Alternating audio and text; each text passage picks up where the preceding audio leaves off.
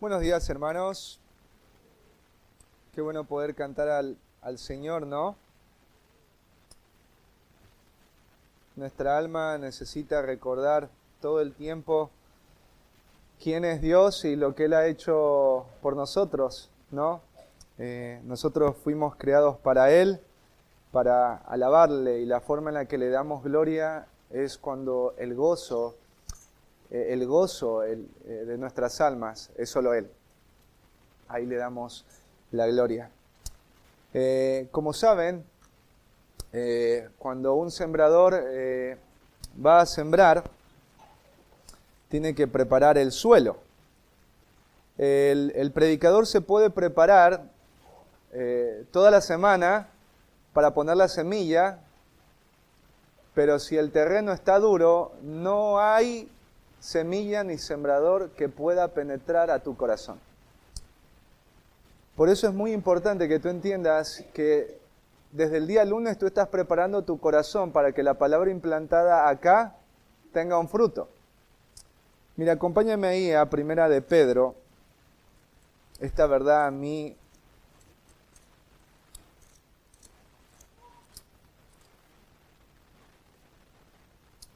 me ha cambiado la forma en cómo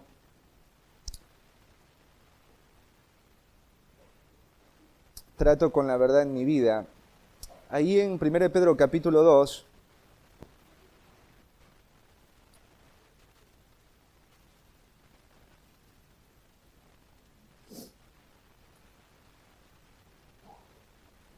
versículo 1, dice: desechando pues toda malicia, todo engaño, toda hipocresía, envidia y todas las detracciones, desechando el pecado. Dice el versículo 2, desead como niños recién nacidos la leche espiritual no adulterada, para que por ella crezcáis para salvación. Yo no puedo desear lo espiritual hasta que lo que es carnal yo esté dispuesto a desecharlo. No sé si en este momento tú quieras escuchar la verdad. No sé cuando te levantes si es tu deseo abrir las Escrituras. Pero la verdad es que como creyentes nos pasa eso, que empieza a decaer este deseo por la verdad. Y quizás tú te estés preguntando por qué. A mí hace poco me pasó. Me pasó que no quería leer las Escrituras, ¿no es cierto? Y aún no quería ir a iglesia, ¿no es cierto? Y terminé yendo a iglesia porque era el pastor. Quedaba mal que el pastor no vaya a iglesia, ¿no es cierto? Porque estaba desanimado. Y tampoco quería orar. Y yo entendí algo, y es que habían cosas en mi mente que eran mentiras, que yo quería creer en cuanto a Dios, en cuanto a mí, en cuanto a la iglesia, y no estaba dispuesto a sacarlas. Y Dios me confrontó tanto con esta verdad de que si mi corazón no desea la verdad, es porque hay pecado en mi mente y tengo que sacarlo. Vas a escuchar ahorita 1 hora la palabra de Dios y Dios espera que dé fruto. Pero si tú no sacas la maleza de pecado, mentiras o cosas que estés haciendo que son pecaminosas, esta palabra implantada va a caer sobre un terreno seco y duro y no va a producir fruto. Y va a ser triste porque vamos a llegar a diciembre y tu vida espiritual seguirá seca. Porque el predicador tiene que ser fiel en poner la verdad de Dios y explicarla como Dios dijo que se la debe explicar. Pero tú tienes que ser fiel en quitar toda la maleza de tu corazón que impida que esa palabra implantada dé fruto. Y ahí no entra responsabilidad mía ni de Dios, sino tuya. Así que vamos a orar para pedirle gracia a Dios para que Él nos dé corazones dispuestos, ¿no?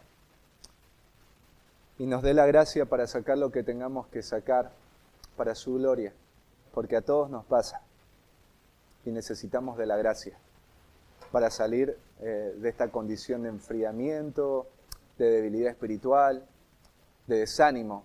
Sí. Oremos. Bendito Dios y Padre, te queremos dar muchas gracias esta mañana por quien tú eres. Qué hermoso cantar verdades acerca de lo que tú has hecho, de tus atributos, Señor, de tu obra, de tu amor, Señor, que es incondicional. Gracias, Dios, porque nuestra alma necesita tanto momentos como estos, y tú nos los regalas. Señor, y ahora vamos a tener un tiempo con tu palabra. Queremos pedirte por gracia, para que aquello que esté interfiriendo, Señor, tú lo traigas a la luz y nos des la gracia para ser diligentes y desechar todo tipo de pecado, de mentira que esté en nuestra vida, para que la palabra, Señor, sea el deseo de nuestras almas y no sea un deseo pequeño, sino un gran deseo, de la misma manera que un niño desea ansioso la leche materna. Gracias, Dios, porque eres bueno y porque tú nos sostienes en medio de todos los desafíos de nuestra vida. Hoy necesitamos escuchar tu palabra y tu voz. Y te pido gracia para poder explicarle a mis hermanos con amor y con verdad lo que yo también he recibido de parte tuya. Bendito sea tu nombre, Señor. En Cristo Jesús. Amén. Vayamos todos ahí a 1 Corintios.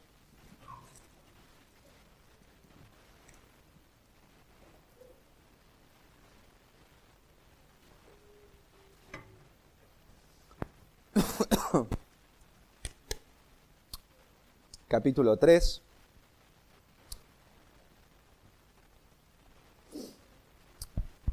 Bueno, los Corintios, ahí ténganlo abierto ahí en el capítulo 3, los Corintios eran una iglesia que no estaba caminando como es digno del Evangelio de Cristo. Cuando tú te haces cristiano, tú no debes pensar que cuando Dios pensó en que vos seas cristiano, implicaba que tú digas que eres cristiano o que vos tengas un pescadito pegado en tu auto o que tengas estados en donde esté la palabra de Dios. El creyente es llamado a comportarse como un cristiano tiene que comportarse. Y la revelación apostólica es la que nos dice cómo un creyente debe comportarse. La revelación apostólica son los escritos de los apóstoles, que nosotros los tenemos ahí todos uniditos en el Nuevo Testamento. Ahí claramente los apóstoles, inspirados por Dios, por el Espíritu Santo, dieron a conocer a las iglesias cómo las iglesias deben conducirse mientras estén acá en este peregrinaje. Así que la iglesia de Corinto, ¿no es cierto?, no estaba comportándose como es digno del Evangelio. ¿Por qué? Bueno, porque ahí en el verso 3, Pablo manifiesta que estaban viviendo bajo la carne.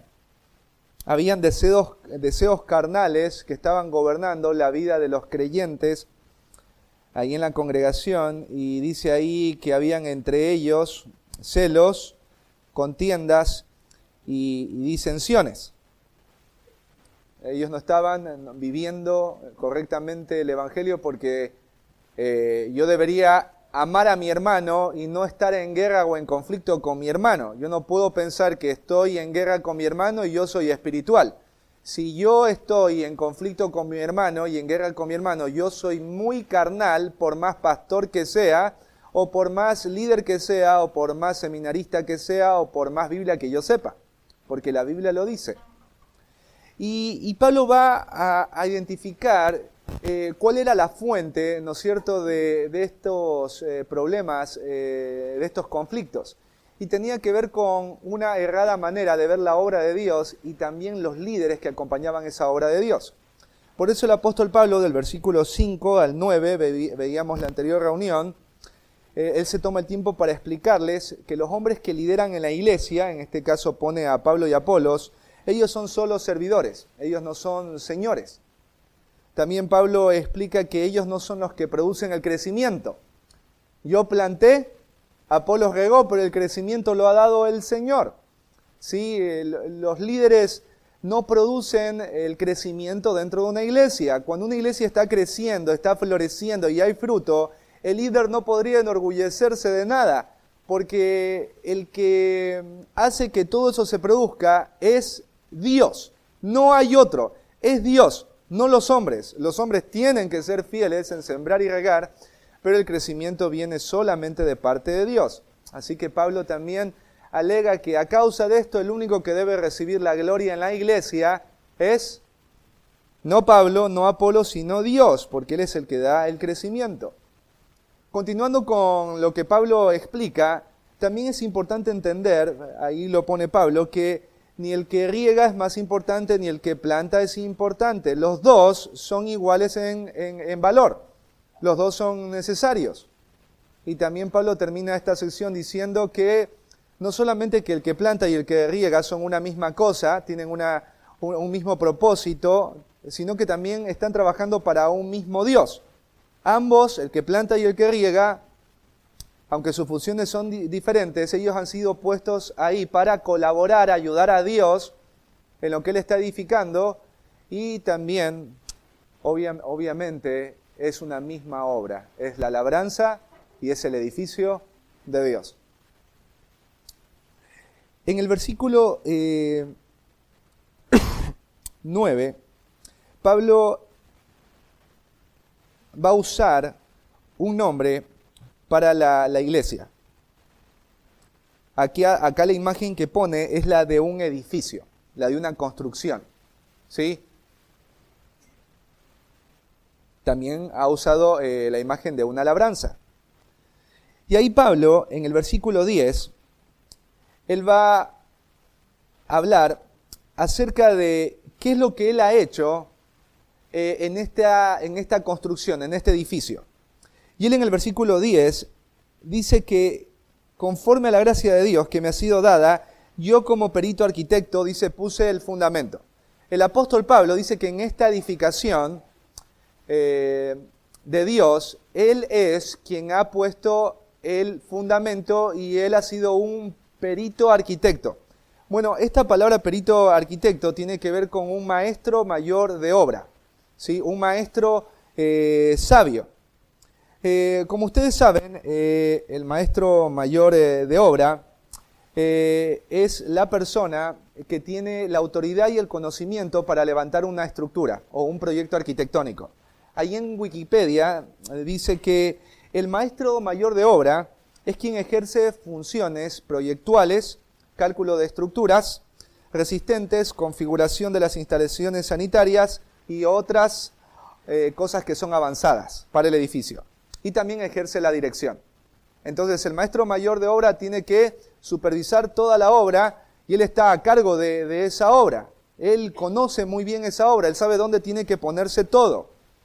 Así que Pablo dice que él ha sido el perito arquitecto, pero él ha puesto algo, y es el fundamento. Esta palabra fundamento tiene que ver con cimiento. Toda construcción necesita de un cimiento.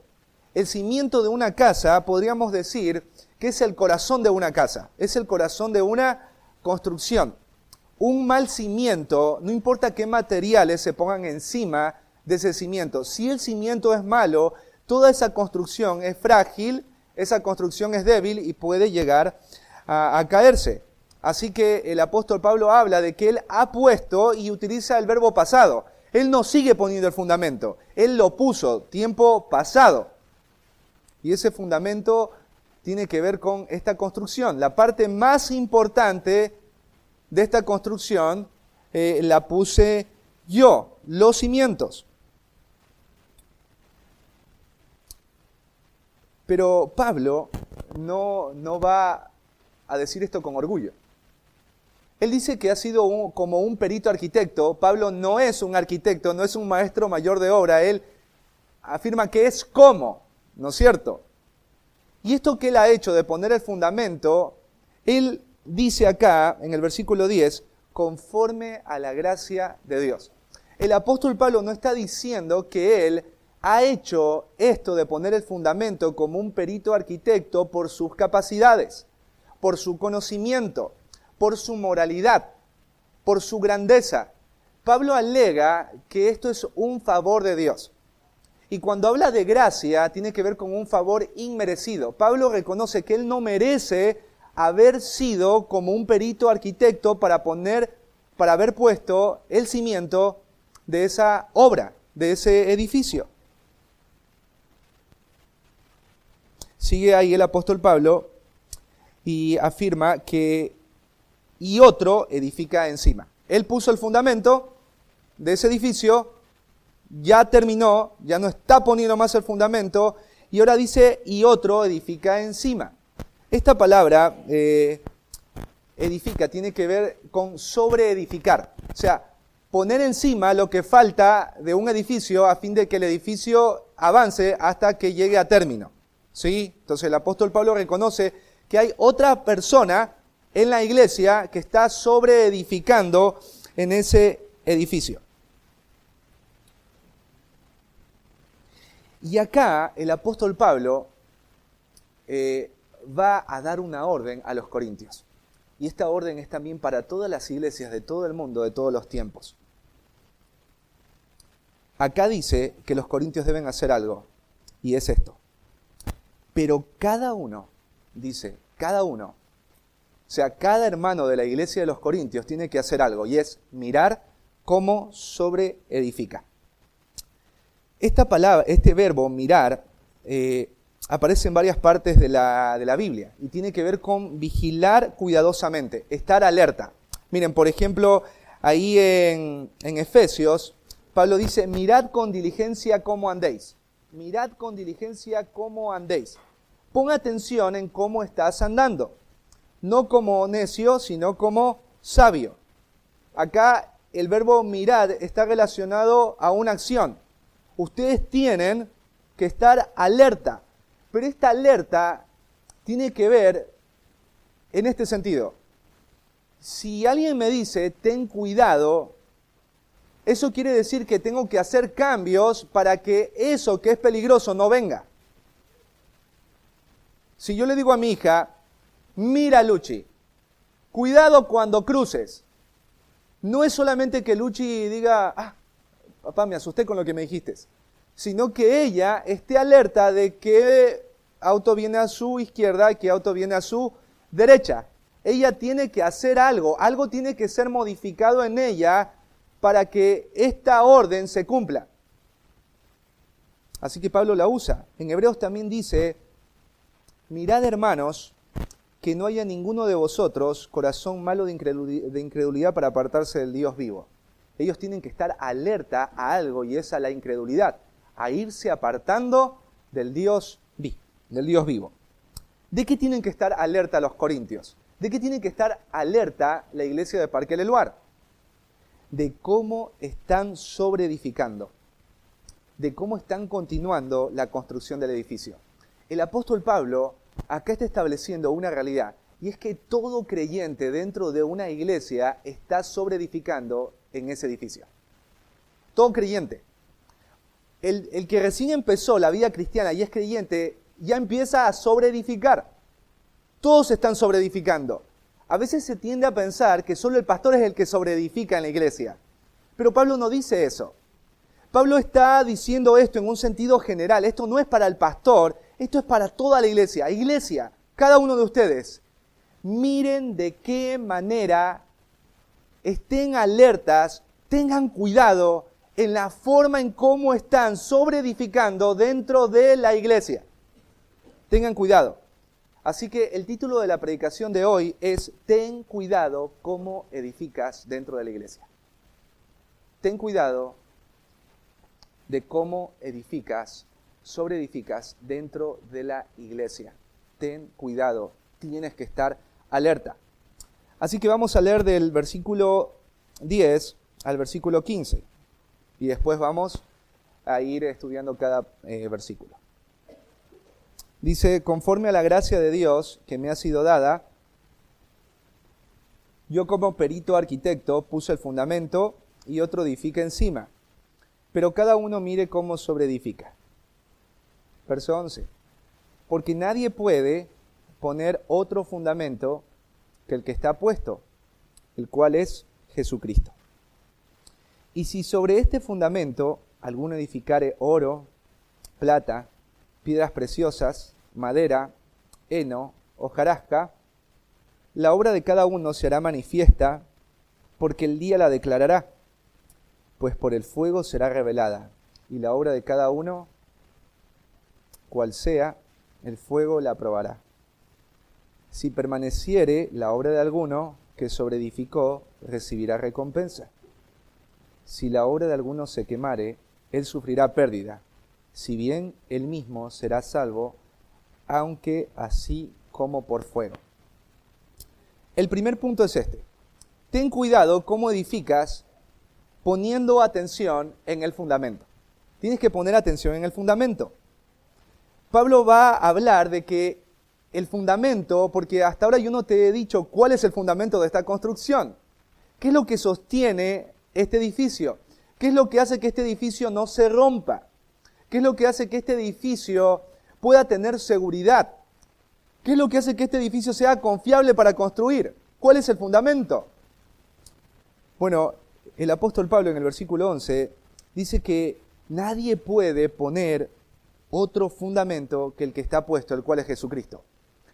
Toda iglesia tiene que tener un mismo fundamento. No puede haber otro. Si este no es el fundamento de una iglesia, no importa cómo se llama esa iglesia obviamente no va a durar.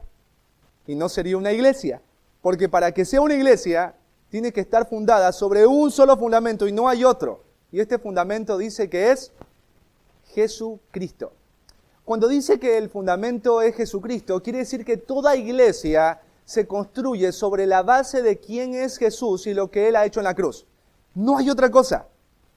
Toda iglesia nace en relación a Cristo, lo que Él es y su obra expiatoria en la cruz. Desde ahí se levanta la construcción de Dios, el plan eterno de Dios, que es la iglesia. La iglesia. Jesús mismo dijo esto. Miren, vamos a Mateo, capítulo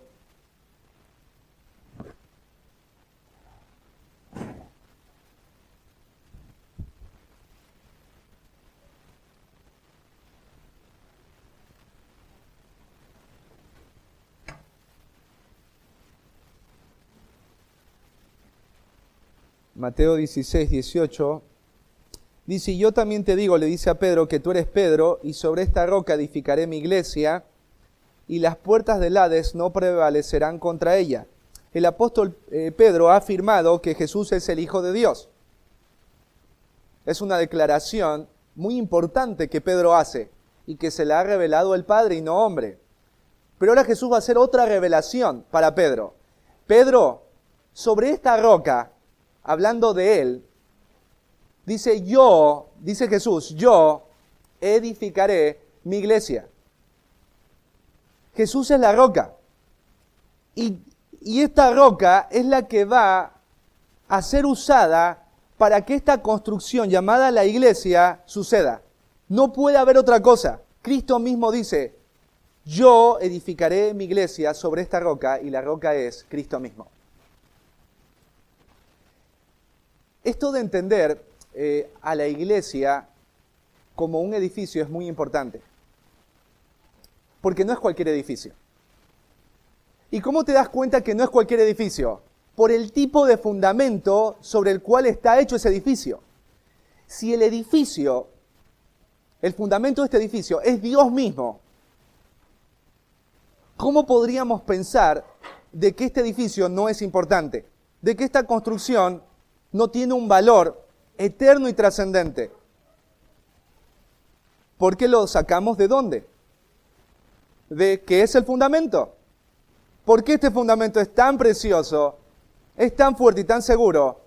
Porque así como el fundamento es grande y bello, de la misma manera tiene que corresponder el edificio que se va a poner encima de él. El apóstol Pablo ha afirmado que esta construcción, ¿de qué se trata? Y es del templo mismo de Dios. Mira, ahí en 1 Corintios 3:16, dice, ¿no sabéis que sois templo de Dios y que el Espíritu de Dios mora en vosotros? O sea, la iglesia es el templo de Dios.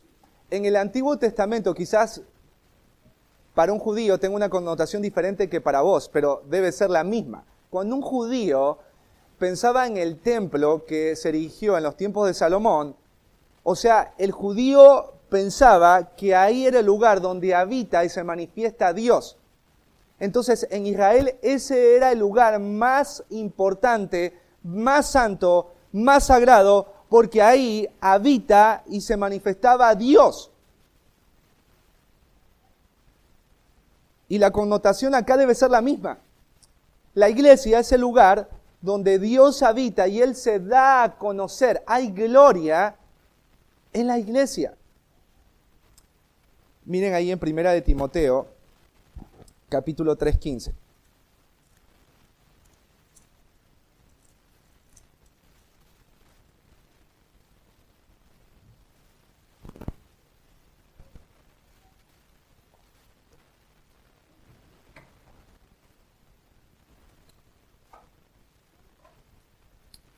Y leamos desde el 14. Dice, esto te escribo, aunque tengo la esperanza de ir pronto a verte.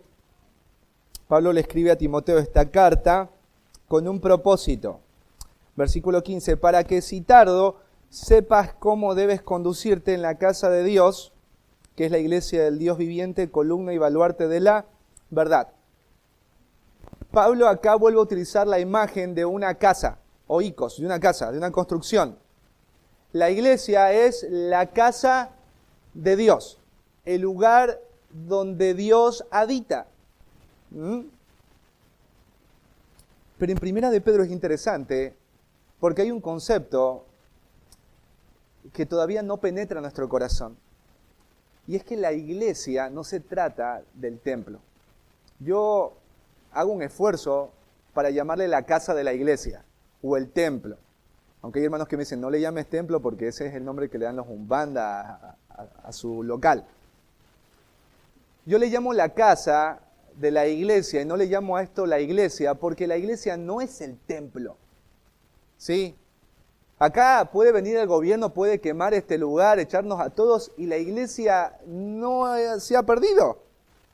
Porque la iglesia son las personas que por la obra del Espíritu Santo han sido añadidas a ese grupo que se conoce como iglesia y que es reconocido localmente. ¿Sí? Y en 1 de Pedro es hermosa la descripción. Mira, vamos a 1 de Pedro 2:5.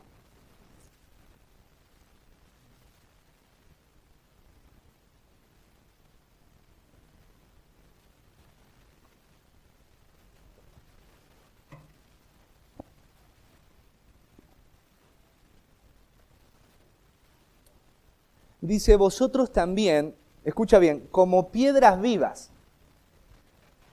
sed edificados como casa espiritual y sacerdocio santo para ofrecer sacrificios espirituales aceptables a Dios por medio de Jesucristo. Pedro acá reconoce que los creyentes, ¿qué son?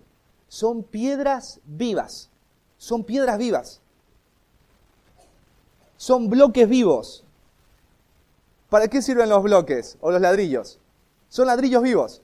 Para construir y levantar una casa. Cada uno de ustedes, hermanos, que son miembros de la iglesia y que han sido añadidos por la obra del Espíritu Santo a esta iglesia local, son piedras vivas. Todos son piedras vivas, son ladrillos vivos. Y Dios está pensando en que cada ladrillo vivo esté unido para que juntos, esos ladrillitos unidos, produzcan algo. Sean una casa espiritual en donde se ofrezcan sacrificios a Dios. Entonces, un creyente es una piedra viva. Tú eres una piedra viva. Y todo lo que tú hagas está sostenido por un fundamento y ese fundamento es Cristo.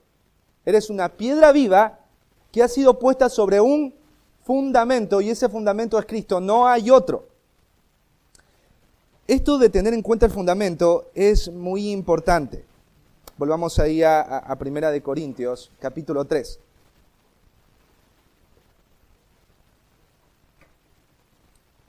Porque imagínate si tú fueras albañil y estarías contratado para construir el edificio donde Messi y toda su familia va a vivir. Imagínate, una persona muy importante. O sea, ¿cómo tú harías esa obra que es para esta persona, que es muy importante? Y tú eres el albañil, estás ahí sobreedificando. Y sabes que esta persona importante va a habitar ahí, va a terminar sus días ahí con su familia. Va a entrar y salir, va a ir por todos los cuartos, va a disfrutar todo lo que estás ahí sobreedificando. Tú eres el albañil, el constructor. El entender el tipo de obra sobre el cual está fundada la razón de por qué estás haciendo todo, te va a llevar a tener sumo cuidado con lo que hagas como albañil. Porque no estás construyendo o sobreedificando para cualquier persona. Entonces el apóstol Pablo quiere poner esto en la mente de todos los corintios. Cada uno de ustedes está construyendo y sobreedificando en ese fundamento. Pero no es cualquier fundamento. Ese fundamento es Jesús. Es un fundamento glorioso, es un fundamento eterno. Si es glorioso y es eterno, tengo que entender que es muy importante la labor que se hace acá adentro. Hay mucha gente que desprecia la iglesia. Hay gente que cuando ve el servicio en la iglesia, no lo ve con el valor que debería verlo y no tiene cuidado en cómo labura y construye dentro de la iglesia porque ha olvidado el fundamento sobre el cual uno está sobreedificando, que es Cristo. Pablo dice, tengan cuidado poniendo atención en el fundamento. ¿Cuáles son las implicaciones de saber que el fundamento de la iglesia es Jesús? Si el fundamento sobre el cual se construye la obra es Cristo, entonces debo tener mucho cuidado porque no estoy construyendo sobre cualquier cosa. Estoy trabajando para la casa de Dios en donde Él se revela y ha escogido vivir. A veces uno piensa que lo que uno hace o no hace dentro de la iglesia no tiene importancia. Y después te vas a dar cuenta que sí. Todo lo que haces debe ser filtrado por esta verdad. No estoy haciendo algo en cualquier lugar y en cualquier cosa. Estoy haciendo algo sobre un fundamento que es eterno y glorioso y es Cristo. Es su construcción. Él la edificó sobre la muerte y resurrección de su Hijo. Dios mismo es el dueño de esta edificación. Debo tener cuidado. Debo tener cuidado. Si el fundamento sobre el cual se construye la obra es Cristo, entonces no importa lo que venga a la vida de la iglesia. No importa que el mundo, el diablo o aún la misma muerte se levante contra ella. Ella no va a ser derribada. Ella no va a ser destruida. Ella se va a mantener en pie. No hay nada que pueda destruir a la iglesia. ¿Por qué? Porque el fundamento es Cristo. El fundamento es Cristo.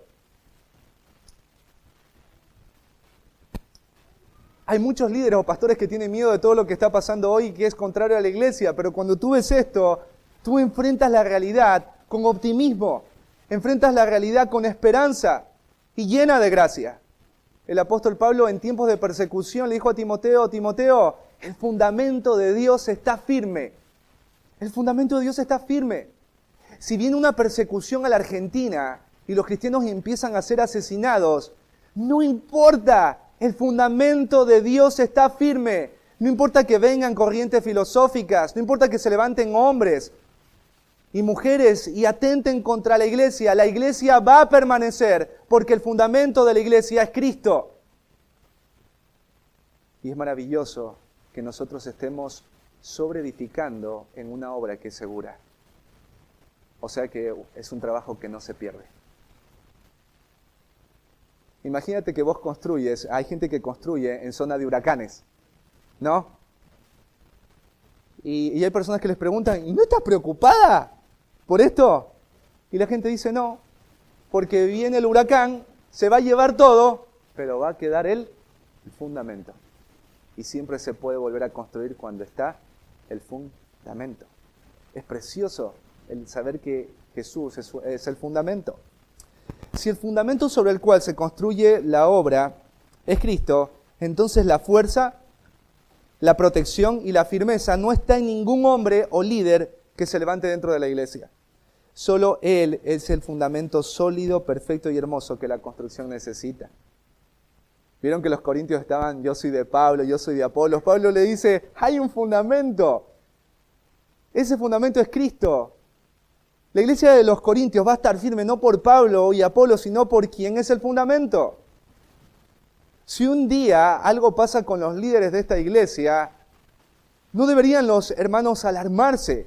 Y los que se alarman tienen inmadurez e incredulidad, porque deberían traer a la mente, el fundamento sigue estando. Siempre se puede volver a construir mientras el fundamento quede. Y el fundamento de la iglesia siempre va a estar, porque el fundamento es Cristo. Así que, lo primero, ten cuidado cómo edificas, poniendo atención en el fundamento. Hermanos que están sirviendo, pon atención en el fundamento. Hermanos que no están edificando y haciendo nada, pon atención en el fundamento. Porque no hacer nada es siempre hacer también algo. Porque tú eres una piedra viva. Y quizás digas, no estoy haciendo nada, eres una piedra viva que no sirve para nada, pero afecta a las otras piedras que sí están. Todos sobreedifican en la iglesia. Todos son responsables. Porque todos somos piedras vivas que deben estar unidas para edificar un templo desde donde se ofrezcan sacrificios agradables a Dios. Lo segundo, ten cuidado cómo edificas poniendo atención en los materiales con los que edificas. A ver, si el fundamento es Cristo, ¿sí? Y tú sabes que es un fundamento glorioso, un fundamento eterno, celestial, ¿qué materiales vas a utilizar para esa obra? Bueno, el apóstol Pablo va a identificar la importancia de los materiales. Yo tengo que poner atención en los materiales con los que estoy edificando. No solo pongo atención en el fundamento, digo, el fundamento es Cristo, esta obra es muy importante. Bueno, si esta obra es importante, los materiales que uso tienen que ser realmente importantes, valiosos, costosos, porque el fundamento es Cristo. Ahí en el versículo 12 dice, y si sobre este fundamento alguno edificare oro, plata, piedra preciosas, madera, heno y hojarasca. Aquí vemos algunos de los materiales que se usan para una construcción, ¿no? En total ahí vemos 6 materiales que podríamos agrupar en 2 grupos, ¿sí? El primer grupo están oro, plata y piedras preciosas. Estos materiales son muy costosos, son muy bellos, son muy resistentes y tienen una eterna durabilidad y tampoco son fáciles de conseguir ni fáciles de pagar. Estos materiales estaban en las casas de personas sumamente ricas y acaudaladas o importantes e influyentes dentro de la sociedad, ¿sí? Así que este es el primer grupo, los materiales, diríamos, no perecederos, bellos, hermosos y bellos. En cambio, los otros 3, la madera, el heno y la hojarasca, son comunes, son fáciles de conseguir, no son atractivos, son frágiles y tienen muy poca duración y son usados no por gente rica o acaudalada o importante, sino por la gente que tiene pocos recursos, ¿sí? Incluso cuando tú tienes un hogar ahí en casa, necesitas esto para prender fuego y se consume rápido, ¿no? Vas a darte una vuelta por todo el sector y los consigues, están algunos tirados. No vas a encontrar oro, plata y piedras preciosas, ¿sí? Y si lo encuentras, devuélvelo a su dueño.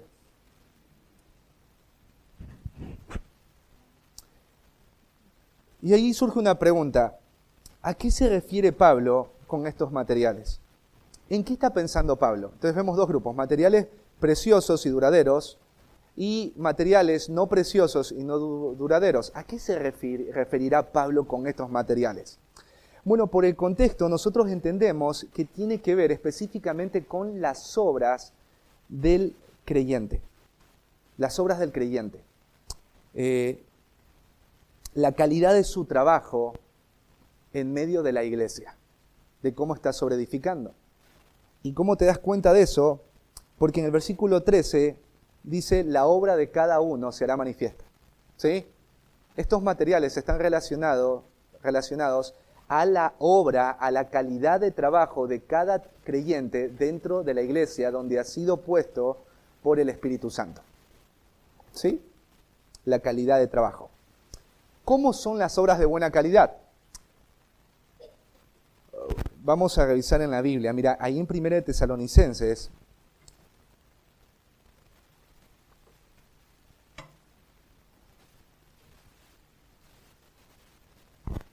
capítulo 1, versículo 3.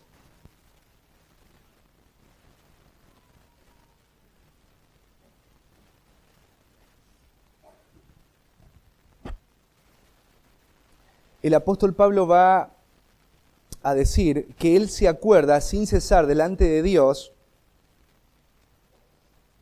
y Padre de cosas que él ve en medio de los tesalonicenses. Él se acuerda de estas cosas sin cesar delante de Dios. ¿De qué se acuerda Pablo? Mira, la obra de vuestra fe y el trabajo de vuestro amor. O sea, ahí hay obras de fe y trabajos de amor. La fe y el amor. En este pasaje, tanto la palabra obra como trabajo parecerían que fueran sinónimos, ¿no? Obra, trabajo. Pero tienen diferencias. La palabra obra es la palabra ergón. Y el sentido de esta palabra tiene que ver con esfuerzo, trabajo u ocupación. Tiene que ver a cualquier tipo de tarea que tú hagas, pequeña o grande, en la que te estés ocupando en el día a día. Pero este trabajo, esfuerzo y ocupación está relacionado y tiene que ver con la fe. O sea, los tesalonicenses hacían obras, se ocupaban, hacían tareas relacionadas con la fe. ¿Qué significa esto? Que ellos hacían obras basadas en lo que se espera que un creyente haga como creyente. O, si lo resumimos, obras justas, de acuerdo a la verdad de Dios. Obras justas. La Biblia enfáticamente dice cómo tiene que vivir un creyente, por ejemplo. ¿No? Dice, perdonándoos los unos a los otros. Cuando tú obedeces ese mandato que vino de parte de un apóstol hacia la iglesia, eso se llama una obra, ocupación o tarea de fe. Es una acción justa. Pero también el apóstol Pablo habla acá de otra palabra, y es la palabra trabajo. Esta palabra es diferente a la palabra obra, porque no solamente tiene que ver con una acción o una tarea, sino que tiene que ver con un trabajo que me quite y me consume todas las fuerzas y las energías. Son diferentes. Yo puedo hacer una obra o una tarea o tener una ocupación, pero no quedar exhausto y perder todas mis energías, todo lo que tengo en esa obra. O sea, Pablo menciona acá que aparte de tener obras de fe, los tesalonicenses eran reconocidos por trabajar sacrificialmente, perder todo lo que está en ellos por amor. Pablo reconoce que los tesalonicenses tenían obras de amor. Ellos hacían todo lo que esté al alcance para amar a los hermanos y al prójimo. ¿Se acuerdan como Epafrodito, que estuvo dispuesto a viajar una cantidad tan larga de kilómetros para llevar una ofrenda al apóstol Pablo y estuvo incluso al borde de la muerte? Eso es un trabajo. O sea, Epafrodito entregó todo. Sus fuerzas fueron consumidas al punto que casi pierde la vida. Y esto lo hizo ¿por qué? Por amor al prójimo. Y también sería una tarea de fe.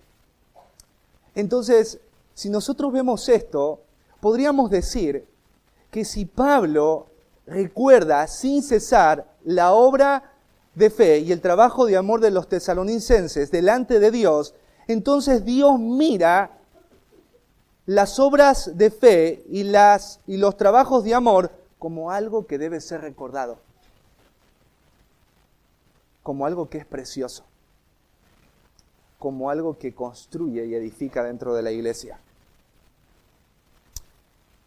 Entonces, toda obra de fe y todo trabajo de amor que tú hagas dentro de la iglesia es oro, plata, piedra preciosa y no heno, madera y hojarasca. Y quiero acá hablar de algunos ejemplos porque yo quiero que se entienda muy bien. Porque de verdad yo deseo de todo corazón que si tú eres una piedra viva, tú sepas y evalúes qué tipo de material o con qué yo estoy sobreedificando en este edificio. Voy a hablar de las obras y de las formas. Dice, cada uno, según el don que ha recibido, ministrelo a los otros como buenos administradores de la multiforme de Dios. Si alguno hable conforme a las palabras de Dios. Si alguno ministre conforme al poder que Dios da, para que en todo sea Dios glorificado por Jesucristo, a quien pertenecen la gloria y el imperio por los siglos de los siglos. Amén. Ahí hay una obra de fe y una obra de amor a la que Dios te llama a imitar y a obedecer para edificar a la iglesia. ¿Qué es lo que dice acá? Que cada uno de los que ha recibido un don lo use para edificación de la iglesia. Todos en la iglesia tienen dones. Los dones son capacidades espirituales que recibiste en el momento de la salvación. ¿Sí? Todos tienen dones. O sea, no hay ningún hermano que sea un don nadie. ¿Sí? Todos en la gracia de Dios son algo en Cristo y tienen algo en Cristo y eso que tienen es un don. Y dice la Biblia acá que tengo que ministrar a otros con ese don. O sea, mi hermano es como una piedrita viva y yo estoy acá como un constructor. ¿Y qué tengo que hacer? Si soy un constructor y mi hermano es una piedrita. Con el don que tengo que agarrar la piedrita que es mi hermano y ponerlo donde Dios quiere que lo ponga para que ahí esa piedrita pueda dar gloria a Dios. Entonces yo tengo que usar mi don para edificar a la iglesia. Pero acá en el versículo 11 él va a hablar de dos tipos de dones. Va a dividir a los dones en dones de hablar y dones de hacer. Dice, si alguno habla, si alguno abre su boca, ¿no es cierto?, en relación a la enseñanza, dice, hable conforme a las palabras de Dios. O sea que cuando yo leo la Biblia, yo no puedo interpretar la Biblia a mi manera para que quede lindo el pensamiento pecaminoso que yo tengo, que es lo que hacen los falsos maestros. Cuando yo enseño la Biblia, yo tengo que asegurarme que lo que dice la Biblia, ¿sí?, así Dios quiso que sea, y así como Dios quiso que sea, yo te lo doy a ti. No le cambie el versículo y decirle a una persona, todo lo puedo en Cristo que me fortalece, no es suficiente. Tengo que darle la palabra de acuerdo a cómo Dios la dio, y eso requiere disciplina, requiere estudio, requiere esfuerzo. Ahora yo puedo decir, ay, todo esto tengo que hacer, le abro la Biblia, Diego, yo no tengo tiempo para bibliología, hermenéutica. Tienes tiempo, hermano. Pasa en el WhatsApp, pasa en el Facebook, en el Instagram. Usted tiene tiempo, pasa en Netflix. Usted tiene tiempo. Pero alguien podría tranquilamente justificarse y decir, yo estoy sirviendo, yo enseño a los hermanos. Pero ¿enseñas conforme a las palabras de Dios? Porque si tú enseñas y no es conforme a las palabras de Dios, es heno, madera y hojarasca.